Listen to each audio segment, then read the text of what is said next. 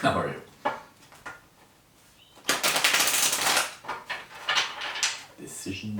Decisions. Ooh. Devil. Devil came busting in. Busting in. A lot. I know, a lot of coffee and tea, yeah. Busting in. Woo. This is some vodka. Maybe demonetized for sure, but I don't care. Ooh. This is like a jumpy reading. We got the devil coming out here, coming in charge, and I feel like one of those auctioneers. Oh yeah, Virgo.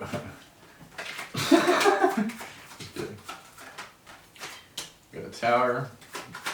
I've really had a lot of coffee.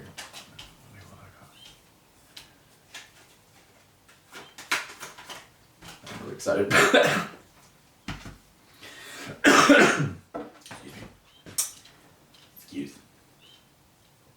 Excuse me. Okay, so somebody try to give you like some offer that you knew was like bad. You've been dealing with this person off and on for a while. They always come in with some weird boo-boo. They got great sex, but like this person comes in broke and like they watch you and shit all working. This person needs to go. This is not good. You're very guarded against this person.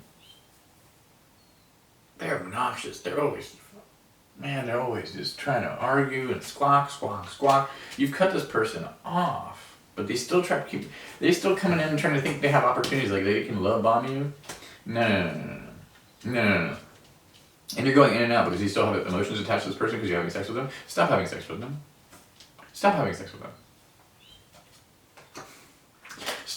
with them. But it's got that good, right? So it's like hard. But no, it's not hard because they're watching you work. They're creating tower moments.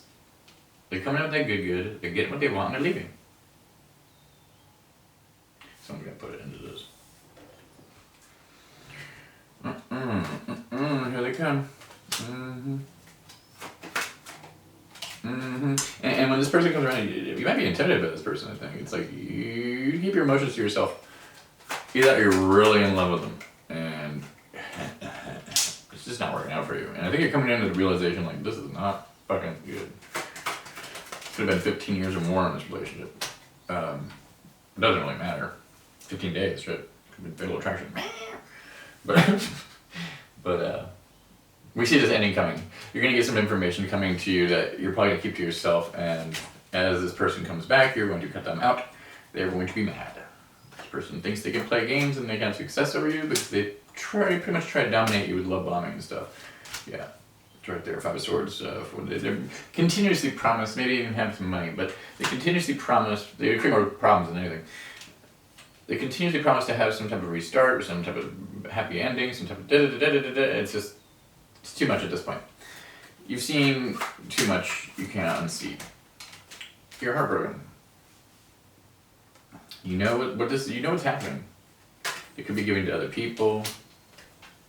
But there's this nostalgia here from moving forward because you guys had like rough times, right? You went through some really rough times, and there was great opportunity, and there was some happy times, right? And there was like things happening that you guys experienced together that were kind of hard and rough, and you got through it and became balanced, and like things were good, but like somebody started lying, and they got eyes for somebody else, and you kind of picked up on this. This person had options with some other lover, right? They wanted their cake and to eat it too. They were selfish, thinking about themselves and putting wants other places. Being foolish and careless, even though you're sitting there working hard. They try to act like they had something to offer, but they really didn't. And when you thought about moving away, it's like they started coming up with all these new adventures or new ventures to do, and like, oh, we could do this, we could do that, and it was like really entertaining, and it was like spontaneous, and so kind of what you needed at the time. But what you needed was something more stable. and more strong. And this just kind of made you kind of feel all over the place because they were all over the place. And before you realized it, you were more disappointed in the fact that you kind of ended up with the F-boy. And now you're kind of like trapped. And this person's like got a hold of your emotions and false reality. Like this person painted a picture, like manifested some type of commitment or like money, right? Either you did that, and it's like their idea became your fucking problem, and like all of a sudden you realize you're doing it, and then they're taking credit for it in some of your situations. For some of you, even train this person. I remember one time I trained somebody in something, and I won't get into it, but pretend they were that person, and I was like, yeah, and they made all this money, and I was like, whatever, POS. So like, all you can kind of do is like, those people will do that shit and come into your life and try to stick you with all the sorrows of their bad deeds, and it's just like, oh man. But you get to this point where you're like, you look at him and you're like, okay, if that's how much a piece of garbage you are, then I'm gonna take you out as trash. Like, But you'll understand that after time that walking away does give you some type of entitlement and power over your own emotions, no matter what these sneaky people do.